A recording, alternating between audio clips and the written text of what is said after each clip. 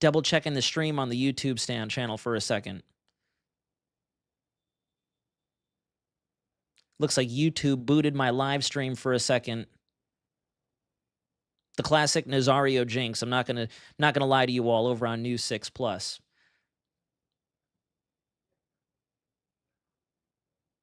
So let's give it a second, see if YouTube can catch up with us. All right.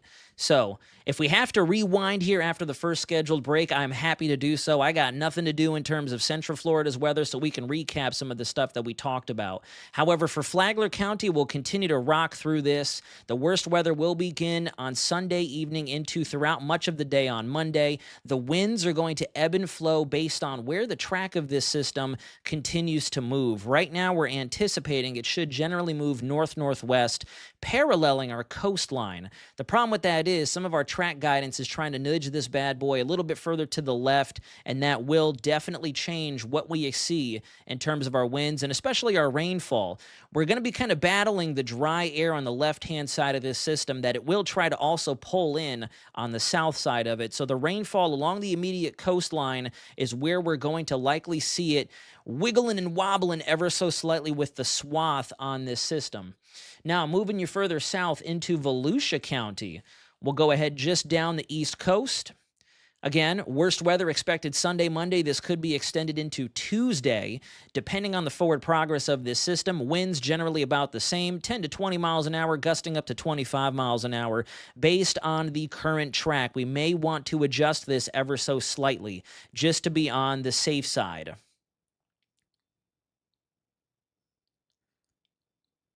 And to all the YouTube viewers, yeah, I'm not too sure what happened. For some reason, the YouTube window here where it showed my preview and the live discussion, it decided to say error. Not responding. So maybe when the page refreshed, it kicked the live stream off. But we've been live on News 6 Plus. So if anything, what I'll do for my YouTube viewers is we'll go back in time. I'll end the stream on News 6 Plus. We'll do a little bit of improvising. We'll get you all caught up. Mainly what the first 10 minutes of the stream, what encompassed was just a bit of a satellite analysis. Kind of break it down exactly what the storm looks like right now, especially as we prepare for a tropical storm to form probably by tonight. So in terms of Volusia County, these are your impacts that we're expecting as we go through tomorrow and your Monday. The winds are going to heavily hinge on how far to the left or how far to the right the track remains. We're still expecting it to parallel the coast, and we should not see a direct landfall. However, as we move further and further towards the south, thanks to the orientation of eastern Florida's coastline, you know, Brevard County has that little jutting out where the Cape Canaveral and NASA complexes are located. That's where you could see a little bit of the more aggressive onshore flow on the north and west side of the system, so our wind speeds could also go up, as well as the coastal impacts in terms of our waves, a little bit of low-end storm surge as well. We don't want to factor that out as well. And then the rainfall will be a little bit higher just because you are starting to kind of work against the geography of Florida in the relative to the position of where that system is. And then finally, taking you down to Brevard County, this is where we could start to maximize those impacts just a little bit more. And if you notice, Sunday, Monday, once again, worst weather. That's kind of the tempo that we're going to be following here. Give me 1 second. Sorry. Oh, thank you. I'm not seeing you on YouTube. Yeah, it looks like YouTube refreshed by itself for some strange reason. I think we're back based on the chat. Okay. So yeah, we should be good. Okay. Thank you. And then as you notice, with the rainfall in Brevard County, it could be a little bit higher as well because, again, when you think about the geography of the Florida Peninsula, we're kind of cockeyed north-northwest to south-southeast. So as the system comes up, the further south of Brevard and down into southeast Florida you're going to see a little bit more of that reach on the western side of the system. And I want to say we might want to nudge these winds up. I'm very in full agreement with the gusts. The sustained winds could be just a little bit higher, especially for our folks right along the beach. The beach, we have no terrain, no buildings, no urban structures to kind of knock down the flow coming off of the system, especially if it is a little bit stronger than what National Hurricane Center has on it right now. So again, before we take our first break, everyone stick around, especially my YouTube folks. I'm going to catch you back up while we're on a break over on News 6 Plus.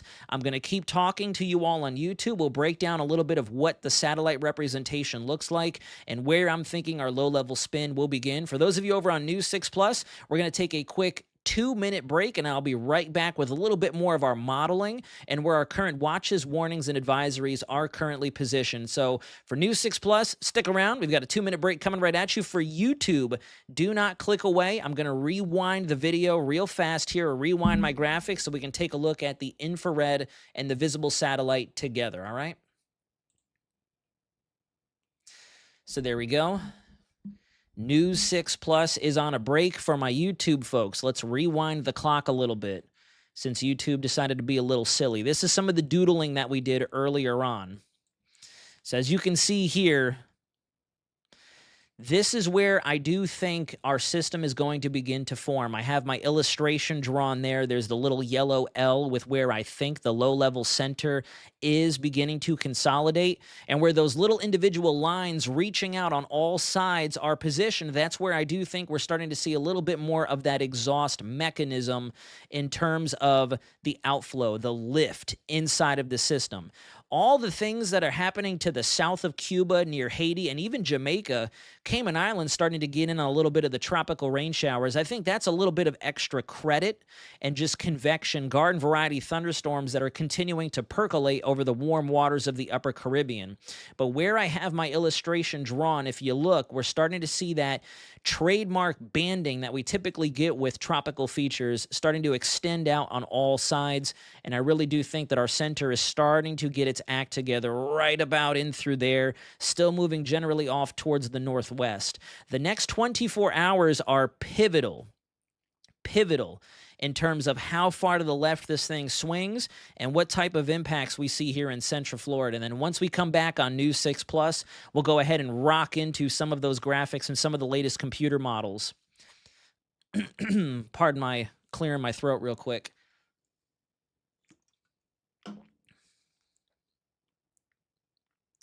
No need to be scared. Melissa Riley, those of you who are on YouTube, we should not be fearing this system. This is no Helene. This is no Milton. But we all have to respect the storm. I'm a big proponent of that. And in 3, 2, 1, welcome back to our News 6 Plus viewers. We were just covering once again what the satellite structure of this system looks like.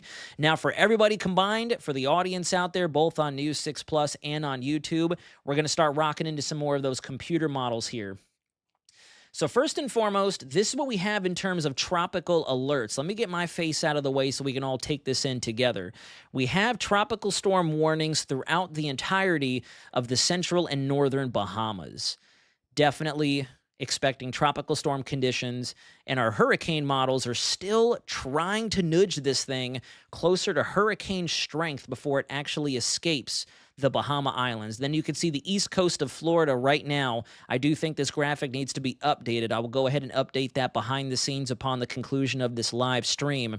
We actually have tropical storm watches that extend all the way up now to the Jacksonville, St. Augustine area, the Florida-Georgia state line. And in my Click Orlando article that I will be putting out after the stream concludes here in about another 15 minutes or so, I will go ahead and break down when it is we could see those upgraded to tropical storm warnings. And the same sentiments I wrote on that Click Orlando article, I want to break down in rapid fashion the difference between a watch and a warning. So when you go into your kitchen to cook, you got to get your ingredients together. Let's say you're having steak night at home. It's Friday night. You've had a long week. You're going to be grilling some steaks. You got your garlic. You got your fresh thyme, your seasonal herbs, you got your garlic, the garlic spray, not the spray, excuse me, but you got your garlic seasoning, your salt and pepper, you got some New York strip, filet mignon, whatever your cut of beef you prefer. The ingredients laid out on the table in front of you, that's your watch. You haven't put them together and created your steak night just yet, but you got all your ingredients in front of you, so steak night could be coming together if you're willing to put it all together and cook it up for everybody at the dinner table. Once you put it together and that New York strip, that ribeye, that T-bone, that filet mignon is together, steaming on the dinner table, that would be the warning. The watch means we just have to watch. The ingredients are there, but we're not expecting the conditions as of yet. A warning means the conditions are imminent, they are coming, and the narrative within that warning that comes across your phone, your digital platform, or your television, that's when you know it's game time, conditions are going to be headed your way. Right now, a tropical storm watch for you all at home means we need to be planning. This is the planning phase. Draw up what your plan to prepare looks like. Obviously, before the hurricane season started, you should already have some short notice and some long-term preparations already ready to rock and roll if the time comes. However, planning right now during the watch is going to be very beneficial for you all, because when it comes time to execute those preparations, especially with these short notice systems that are just off the coastline, you're not going to have very much time to get your act together. So just to be on the safe side, you should be planning even as we speak. And planning could just be having a conversation with your loved ones, checking in with work, especially if you are in our coastal counties, the immediate east coast of Florida.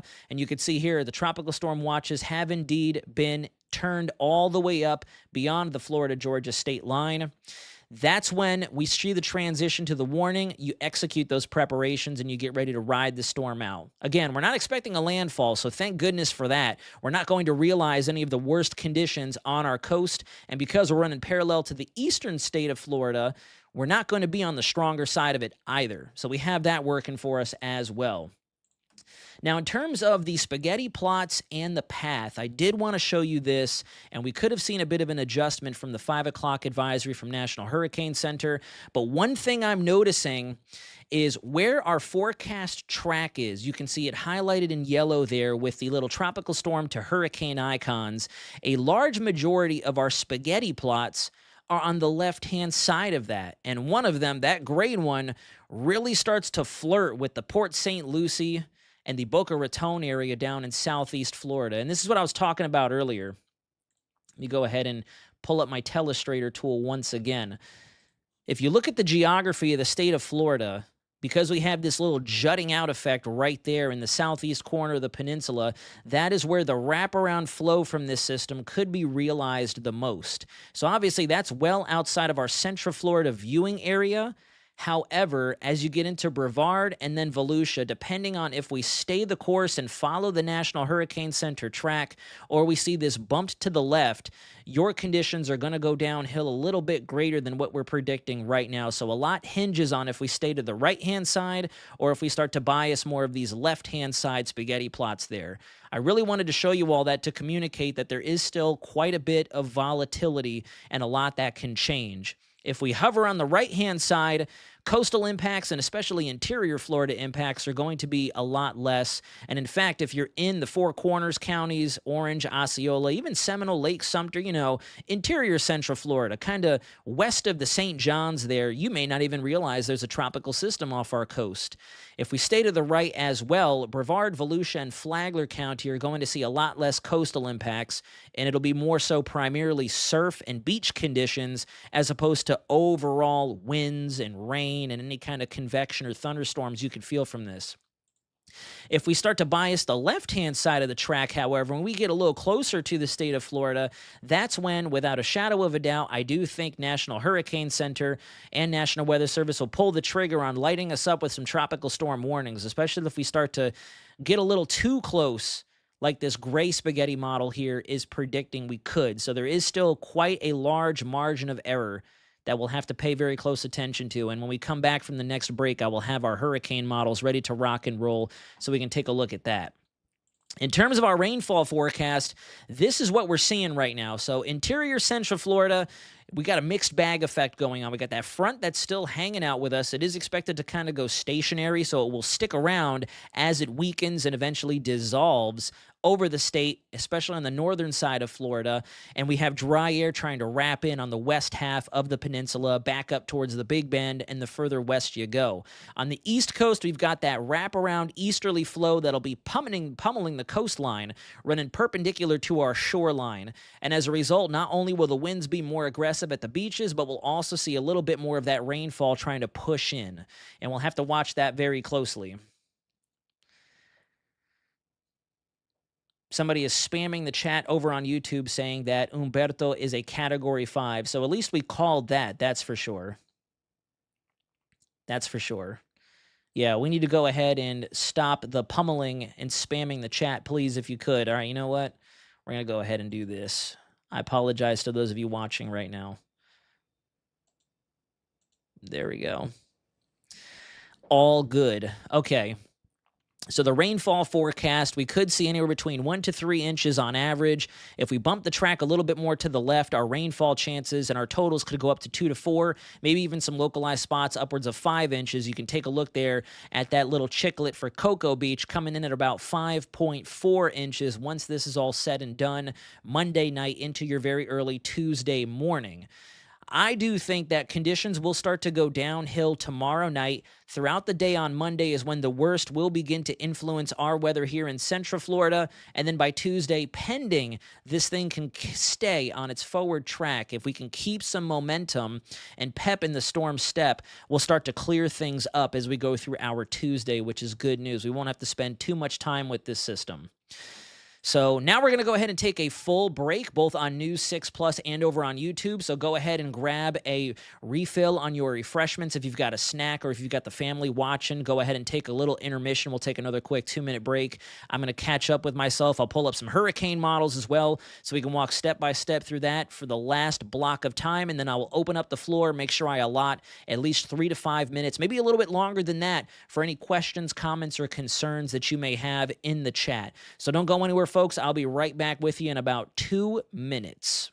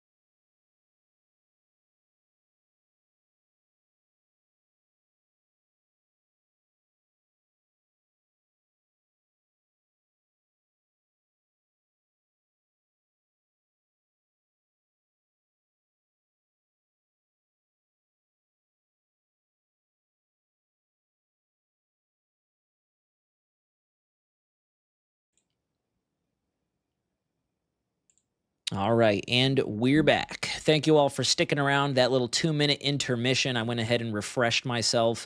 And I am noticing over on our source 2, let me pull that back over. We just missed the latest advisory for Umberto. We do have a Category 5 on our hands.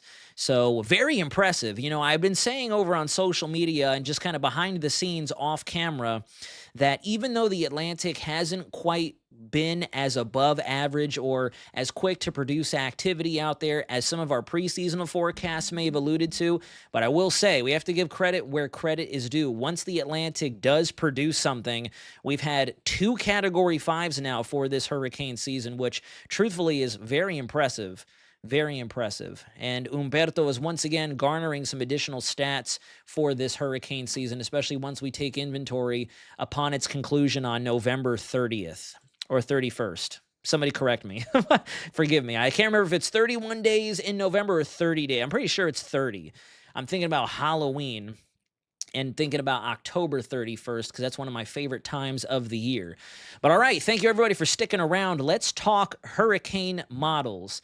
We don't quite have our 18 Zulu data coming in just yet. It should be starting any moment now. It's 5:30 now in the afternoon. So within the next 20 or 30 minutes, those will begin to populate. So we're going to take a look at our noon, our lunch hour model updates. And this is again with fresh reconnaissance data that the recon crews have been plugging into these computer models for the last couple of days now. They've been working hard and round the clock to get our models all caught up to speed as best as they can, since we've had so many moving pieces involving the forecast around this system. So we're going to start off with our HAFS A. There are two HAFS models. HAFS stands for the Hurricane Analysis Forecasting System. These are our high-resolution hurricane models that take into the equation what's happening in the local environment as well as certain things that could be happening in the inside, on the inside of our storm itself, the interior mechanisms that drive the tropical cyclones.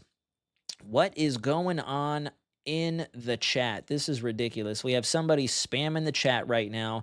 You know, it just kind of grinds my gears to channel my inner Family Guy that, you know, we've got some interesting stuff happening. We've got some detrimental weather headed our way, and we have folks out here who are coming in and trying to waste everyone's time. So shame on you. Now, this is our HAFS A model, and the one thing I want to point out immediately as we take this through time, this is as of 8 o'clock Sunday morning. This is tomorrow morning at 8 a.m., just as the sun is coming up.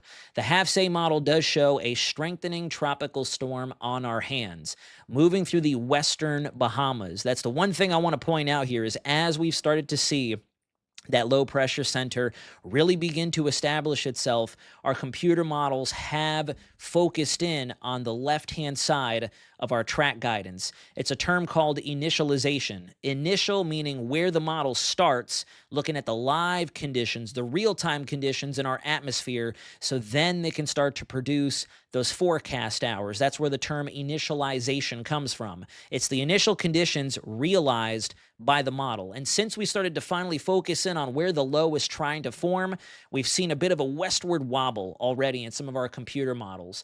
As we fast forward to Sunday night, you can see that the HAFS A model does kind of anticipate either a high-end tropical storm getting ready to exit the Bahamas, if not approaching Category 1 hurricane status, before we even really begin to parallel the Florida coastline. This is 8 p.m. tomorrow night, just outside of 24 hours from now. As we go through very early Monday morning, 8 a.m., we could have a Category 1 hurricane rotating just off the southeast and east coast of Florida. Notice the heavier rain bands, though, stay to the right of us, and our strongest core thunderstorms are definitely off the coast on the north side of the system. That's because if I switch us over to our moisture here, notice we've got a little bit of that dry air trying to wrap in. That's the dry air that's really going to influence our west central Florida and our western Florida peninsula viewers out there. I believe in the YouTube chat, somebody had asked me what kind of impacts we could see in Tampa. To tell you the truth, negligible. Again, a lot hinges on if this thing tries to bias a bit more of the west. Then we might see some increase in our rains, and we might see a little bit of that onshore flow. When you think about that counterclockwise turning in the winds around a tropical system or around any low pressure system, on the east coast of Florida, you're going to have east to northeasterly winds. And then on the west coast of Florida, as they wrap back around, you either have winds running parallel to the Tampa area or trying to sneak back inland, coming in out of the north-northwest as they wrap around where the actual vortex is positioned. Now, this is where it gets a little interesting. As you go beyond 8 a.m. on Monday out to 8 p.m. on Monday night, this is Monday night now we're looking at. Notice we're starting to get a little bit closer to Flagler County, St. Augustine, Jacksonville, and this now has us approaching Category 2 hurricane intensity. So this is a little stronger than what the National Hurricane Center forecast has for us. And then we see a bit of a clear turn to the left as a possible Category 2 hurricane. Now, by now, we're starting to see conditions really improve in central Florida, but for our friends up there north of our viewing area, and especially in the Carolinas and Georgia, look at all that wrapping around of the thunderstorms on the north and east side of the system. Those very well could be damaging, and those could also be supercellular or tornadic. On top of that, if you go through the rest of the loop, notice the system doesn't really move anywhere. This is now 8 a.m. on October 1st. 8 a.m. on the commencement of spooky season, and we're still seeing some really healthy onshore flow for Georgia, the Carolinas, and a little bit of that wraparound flow through upper central Florida. So this could be a very hefty rainmaker for a lot of us to the north of the Florida Peninsula. Now we'll move on to the HAFS B model. We'll see what the HAFS B is thinking. Once again, as of 8 p.m. on Monday night, you can see that the HAFS B model is showing a potential Category 1, if not a strong tropical storm, preparing to exit the northern Bahama Islands. So again, we're still kind of above what National Hurricane Center is predicting, and I'm very curious to see what 18 Zulu has for us here in the next 15, 20 minutes.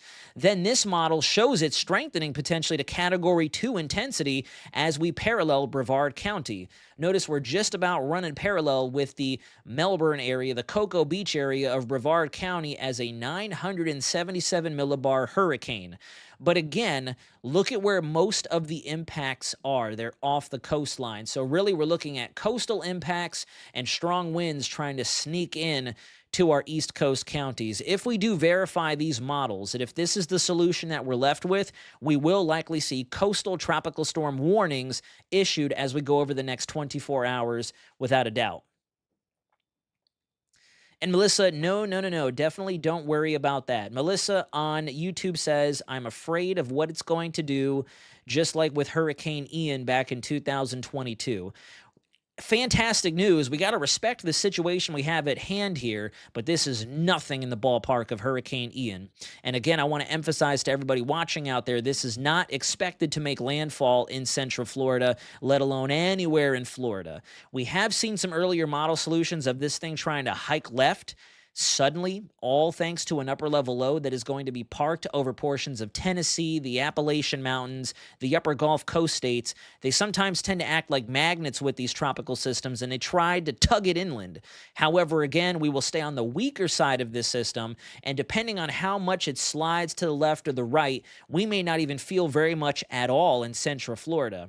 Thinking back, since we are hitting the anniversary of Hurricane Helene, I remember being up in Virginia covering that system away from Central Florida while I was serving with the United States Navy. I had a lot of friends and family down in Central Florida as a Category 4 came up the west coast of Florida.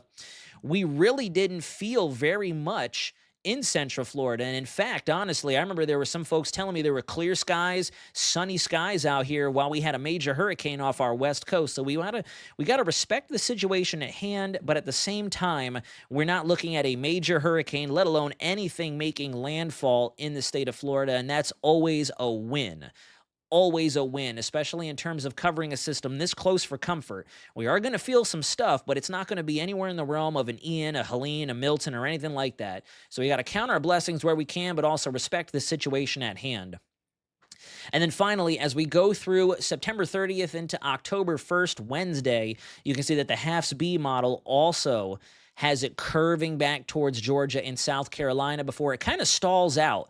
That's where we kind of fall between systems. We have our upper level low weakening over the southeast United States, and then we also have Umberto sliding up on the east side of this system that may try to yank it off in this direction. It's kind of like you're in between friends, or you're kind of sitting there at the dinner table. We'll use the dinner table analogy once again. You have somebody tapping you on the shoulder on your right-hand side. You have somebody tapping you on your shoulder on your left-hand side, and you're trying to decide, do I talk to you first? Do I talk to you first? That's what these systems out there are going to try to do with future Imelda. They're going to try to influence either it going to the right or going to the left. And our models are, I'll openly say, having a bit of a hard time trying to decipher that.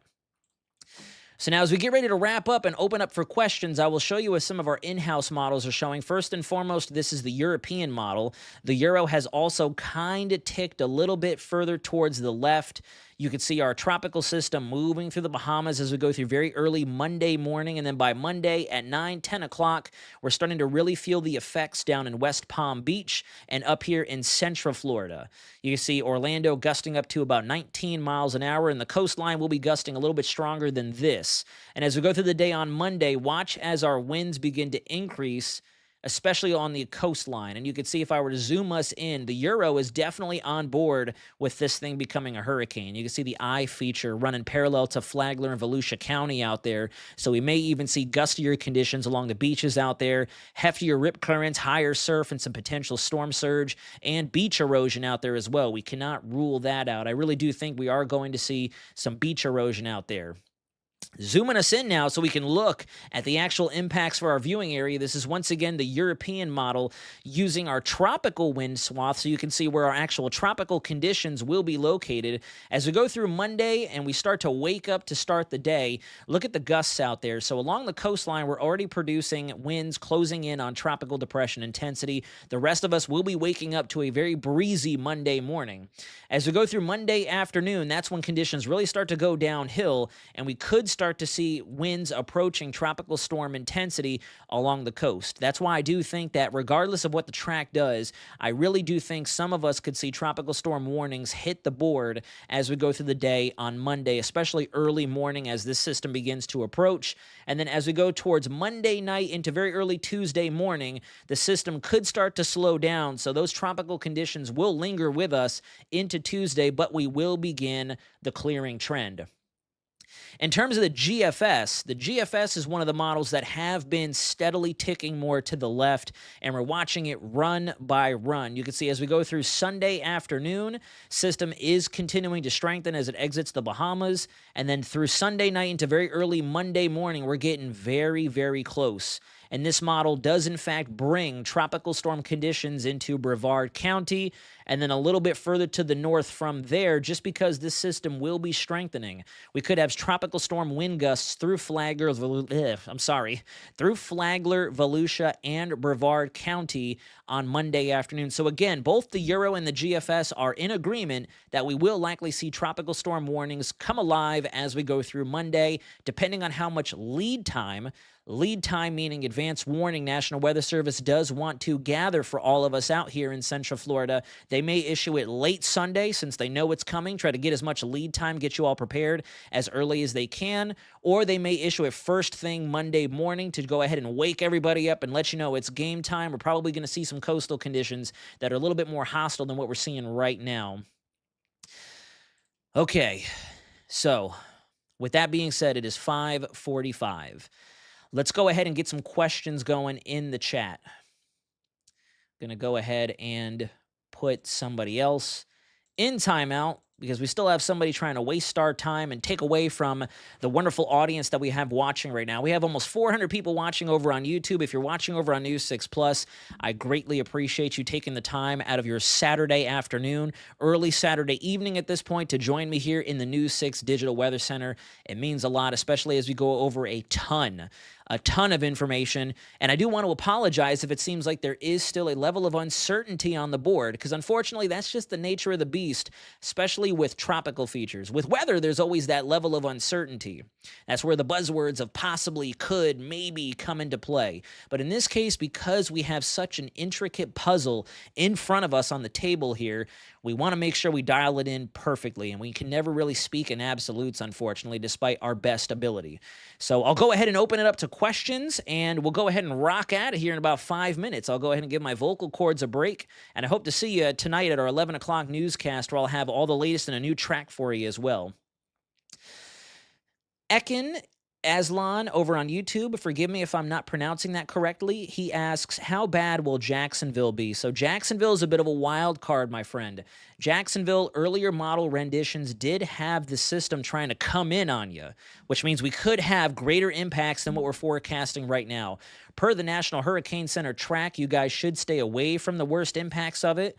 We may see tropical storm conditions start to continue and persist as we go through the day on Monday into Tuesday. But right now, Jacksonville is the wild card. I truthfully believe so, because some of our track guidance does want to turn it left. Others want it to swoop off to the right and keep us on the weak side of it. So Jacksonville, you want to keep up with this. I would definitely recommend you keep up with this. David Lay, YT on YouTube asks, do you think the low-level and mid-level center is still misaligned? Yes, I do. I do think we're still trying to co-locate or vertically stack our mid and low level circulations. Let me go ahead and while I'm answering your question, and we have more questions coming in, I'll pull up the true color visible satellite over on Tropical Tidbits so we can take a look at that. This thing is definitely on its way to tropical storm status, though. Let me show you what I'm seeing. And you can see it's definitely, as we all love to say, hashtag getting that look. Starting to see the banding really picking up speed. And in fact, yeah, I think all of us here in the chat right now, if we were all on the same page thinking we could have Tropical Storm Imelda before the night is over with, I really am starting to get more confident looking at the visible satellite here, the true color satellite before the sun goes down. This thing is really wrapping up. So if anything, David, to answer your question, we may still be not so much aligned right now, but based on how quick this thing is starting to spin up and the outflow, notice the outflow on the north side of this really starting to spin out towards the north and wrap back towards the east. This thing is definitely getting underway. So I think maybe at 11 o'clock, National Hurricane Center might have a stronger system on its cone. For New Smyrna Beach, we're definitely looking at the potential of seeing sustained 25, 30-mile-an-hour winds, maybe even gusting above tropical storm intensity, depending on if this system continues to try to jog towards the left, or if we stay the current course projected by National Hurricane Center right now, could even kind of jog back towards the right. We still have that level of uncertainty after we go about 48 hours into the future. So stick around. But right now, New Smyrna, we're definitely going to see some coastal hits. Could see a tropical storm warning as we go through the day on Monday. And the coastal impacts, rough seas, high surf, a little bit of very low-end storm surge and beach erosion is definitely on the table.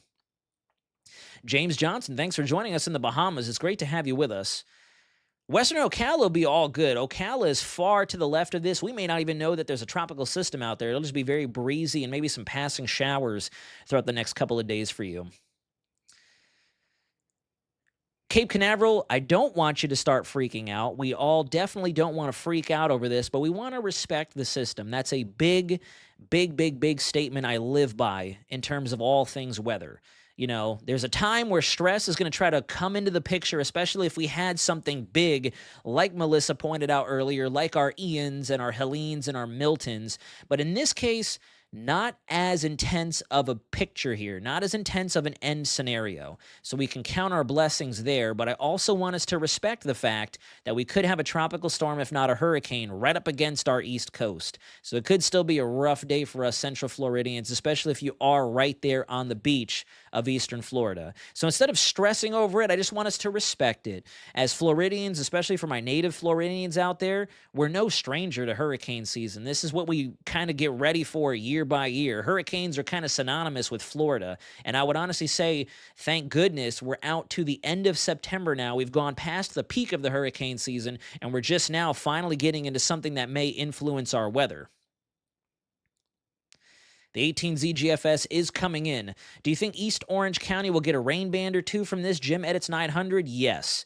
Yes, we'll probably see some wraparound showers and storms trying to work in. And as I wrote in my Click Orlando article, we also want to be careful because we have a frontal system that'll be stuck over the western side of the state.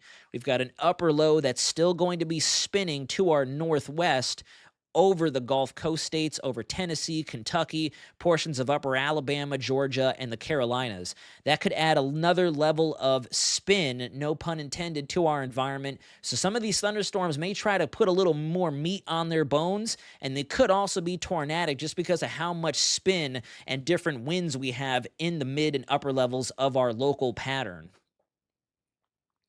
So right now, I'm not looking at a landfall. Neither is National Hurricane Center or any of our computer models, thank goodness. But obviously, because we have ensembles and some of our track models very close to the state of Florida, we can't completely throw that out of reality. So we want to watch this every step of the way.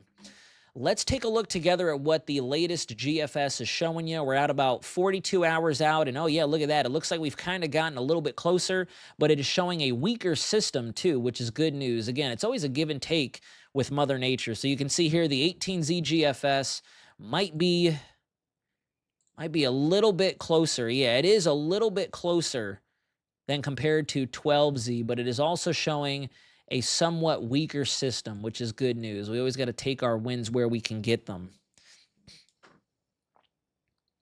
Rodney Shelby makes a very valid point. That is definitely to the left of where the Hurricane Center track has it right now. Flight Simulator 101, it is a potential. Anytime we have a tropical system in close proximity to anywhere, tornadoes are always on the board. However, since we're on the weaker side of it, the dirty side will be on the right-hand side of the system itself. The tornado potential is very low.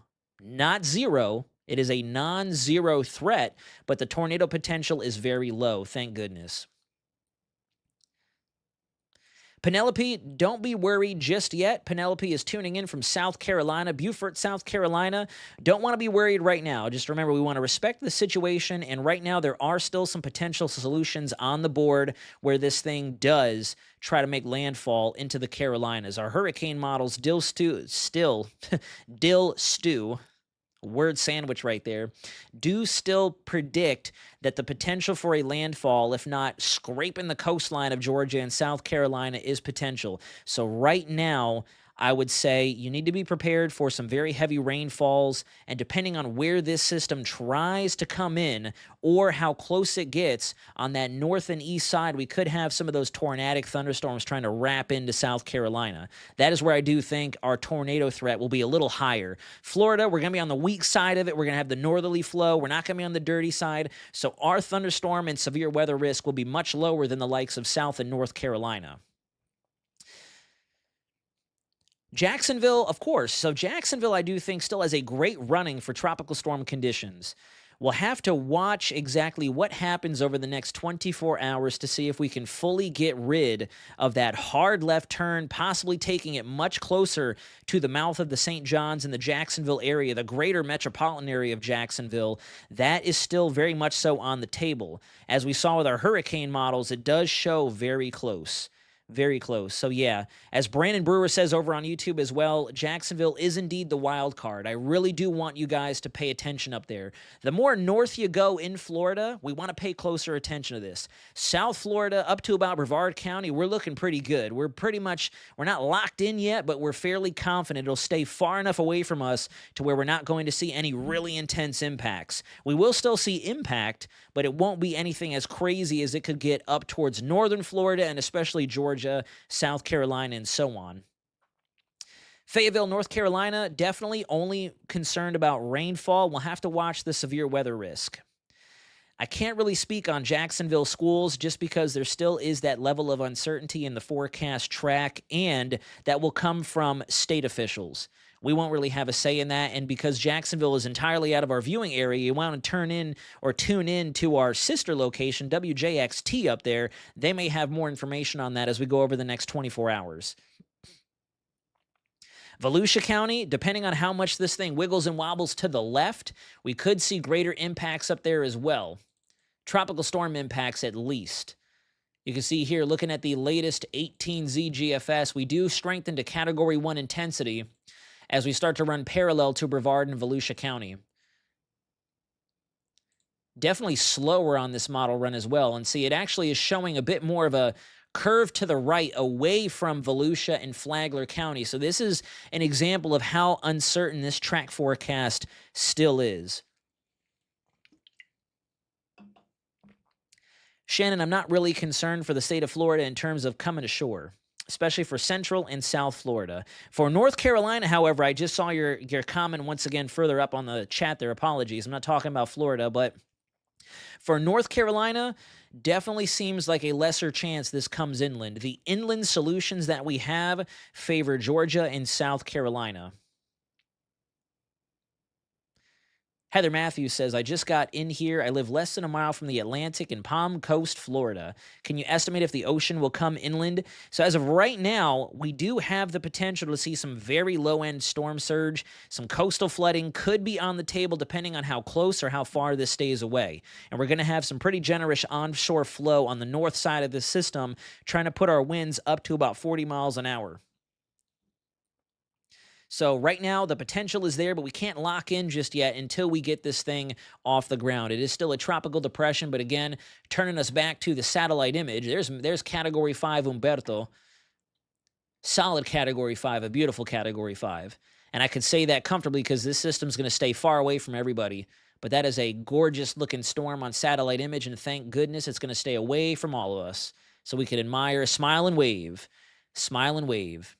Now, in terms of tropical depression number 9, this system is definitely trying to get its act together. We'll have to give it a little more time, see how much stronger it tries to wrap up. It does look like it's finally putting itself together, getting its clothes on. We're starting to see some thunderstorms firing near where the low pressure is.